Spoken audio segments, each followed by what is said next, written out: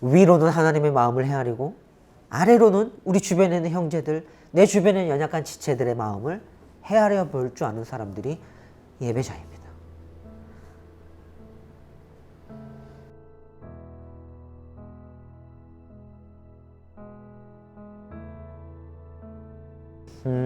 지난 시간에 창세기 18장을 통해 나타난 그 예배자 아브라함에 대한 이야기를 들었습니다.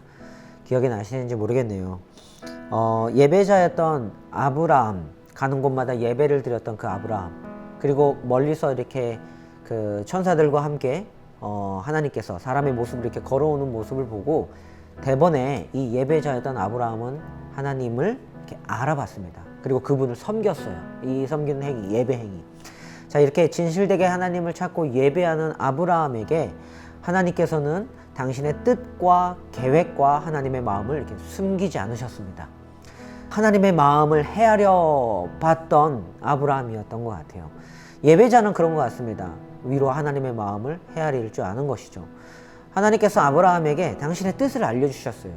하나님의 계획과 하나님의 어떤 비전, 하나님의 구체적인 어떤 행동들, 하나님의 뜻들을 아브라함에게 알리셨습니다. 그게 뭐였죠?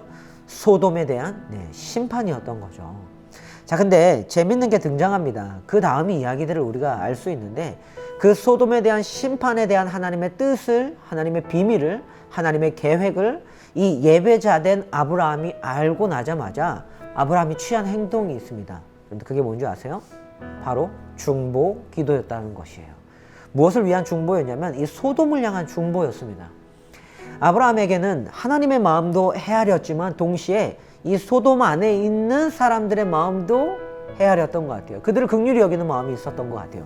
특별히 이 소돔 안에는 아브라함의 조카였던 롯과 이 롯의 형제들, 가족들이 이렇게 소돔에 거해서 살고 있었습니다.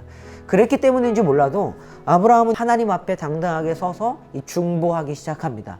우리가 잘 아는 내용이지만 하나님, 이 소돔에 의인 50명이 있다면 이 소돔을 심판하시겠습니까? 하나님께서는 그러십니다. 그래, 50명만 있어도 내가 소돔을 심판하지 않겠다. 근데 아브라함이 또 물어요. 하나님, 그보다 5명이 줄어서 의인이 45명이 있다고 한다면 이 소돔을 심판하지 않으시겠습니까? 역시 하나님은 45명만 있어도 심판하지 않겠다. 숫자가 점점 줄어듭니다. 의인 30명만요, 20명만요. 최종적으로 10명만 있다면 하나님 이 소돔을 심판하지 않으시겠습니까? 자, 여러분들 뭘 볼 수 있냐면 예배자된 아브라함이 이 위에 계신 하나님의 마음을 헤아리고 그 마음과 동시에 소돔이라고 하는 땅의 백성들의 마음을 역시 헤아리면서 이 사이에서 하나님께 이렇게 중보하고 중재하고 있다는 거예요. 이게 굉장히 중요합니다. 이게 뭐냐면 이게 예배자의 어떤 중요한 한 마음입니다. 여러분들, 우리가 앞에 두 주는 위로 계신 하나님에게 우리의 마음과 생각을 집중하는 예배에 대한 마음을 제가 많이 좀 나눴던 것 같아요. 그런데 오늘은 또다시 어떤 마음을 하나님께서 우리에게 제공하시냐면 우리가 하나님을 향해서 예배만 드리는 것이 인생의 전부는 아니잖아요. 그러니까 하나님을 향해서 드려지는, 하나님의 고정되어지는 이 집중하는 시선들이 다시 한번 어디로 피드백되어져서 향해져야 되냐면 이 세상의 연약한 자들, 하나님의 심판 앞에 서 있는 이 긍휼히 여김을 받아야 될 사람들을 향해 가고 있는데 누가 하나님의 마음을 헤아리고 누가 이 세상의 마음을 헤아릴 줄 아냐면요, 예배자들이 헤아릴 줄 안다라는 거예요. 그리스도의 삼중직이라 그래서 예수님께서는 3가지 특별한 이 직분의 이 사역을 병행하셨습니다. 예수님이 가지셨던 3가지 직분을 신학적으로 뭐라고 얘기하냐면 왕으로서의 예수님의 직분, 그리고 선지자로서의 예수님의 직분, 그리고 마지막 3번째가 뭐냐면 제사장으로서의 직분이에요. 왕으로서의 예수님은 하나님의 통치와 하나님의 주권을 드러내시고 선지자로서의 예수님은 하나님의 말씀을 가르치시는 사역을 하십니다. 근데 이 제사장적 직분으로서의 예수님의 사역은 뭐냐면요, 하나님의 심판 앞에 서 있는 죄인들을 가로막고 하나님 앞에 서서 이 마치 아브라함이 하나님께 중보하듯이 하나님이 이 땅에 있는 이 백성들을 불쌍히 여겨주시고 긍휼히 여겨주시고 이 예수께서 받은 십자가의 심판, 예수 그리스도께 쏟아내신 하나님의 진노, 이것을 그리스도께서 다 받아내심으로 말미암아 하나님 앞에 서서 이 땅에 있는 백성들을 이렇게 중보하시는 사역, 이게 제사장적 이 예수님의 이 사역이었습니다. 이걸 그리스도의 삼중직이라고 해요. 여러분들, 예수께서는 우리에게 예배를 가르치셨습니다. 예배자는 어떤 사람이냐면요, 하나님이 세우진 제사장들입니다. 그죠? 그러면서 동시에 이 제사장 된 역할을 감당하는 예배자들은요, 이 세상의 이 중보자인 거예요. 위로는 하나님의 마음을 헤아리고 아래로는 이 땅에 있는 긍휼히 여김을 받아야 될 연약하고 지쳐있고 우리 주변에 그 마음을 추스리지 못하고 붙잡지 못한 이 연약한 청년들의 삶, 우리 청소년들의 삶, 스스로 목숨을 끊어버리고 비참한 가운데 한숨 지으면 내 삶을 치열하게 살아내는 이 긍휼히 여김을 받아야 될 이 땅에 있는 사람들을 중보하는 사람들이란 말이에요.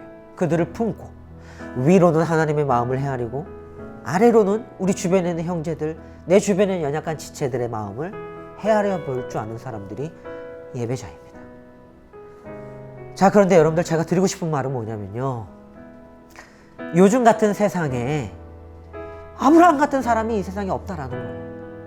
예수님 같은 분이 이 세상에 없다라는 거예요. 이런 예배자들이 이 세상에 그렇게 많지 않다라는 사실입니다. 이게 심각한 일입니다. 사실 이 트루앱을 통해서 저는 첫 번째 뭐냐면, 여러분들 예배자가 세워졌으면 좋겠는 거예요. 여러분들, 오늘 이 자리에 여러분들 모여서 함께 모임을 하고 우리가 기도를 하고 찬송을 하고 4주간의 시간을 하나님께 드리면서 마음을 모으는 이유는 뭐냐면요, 뭔가 거창한 프로젝트를 진행하기 위해서도 아닙니다. 여러분들, 하나님의 마음을 헤아려 본다 그랬고요, 그 마음을 토대로 이 땅에 있는 사람들을 이렇게 품을 수 있는 그 사람들이 바로 저와 여러분들이 돼야 되는 거예요. 그런 사람들을 하나님이 찾으신단 말이에요. 트렌드를 이겨낼 수 있는 사람들이어야 합니다.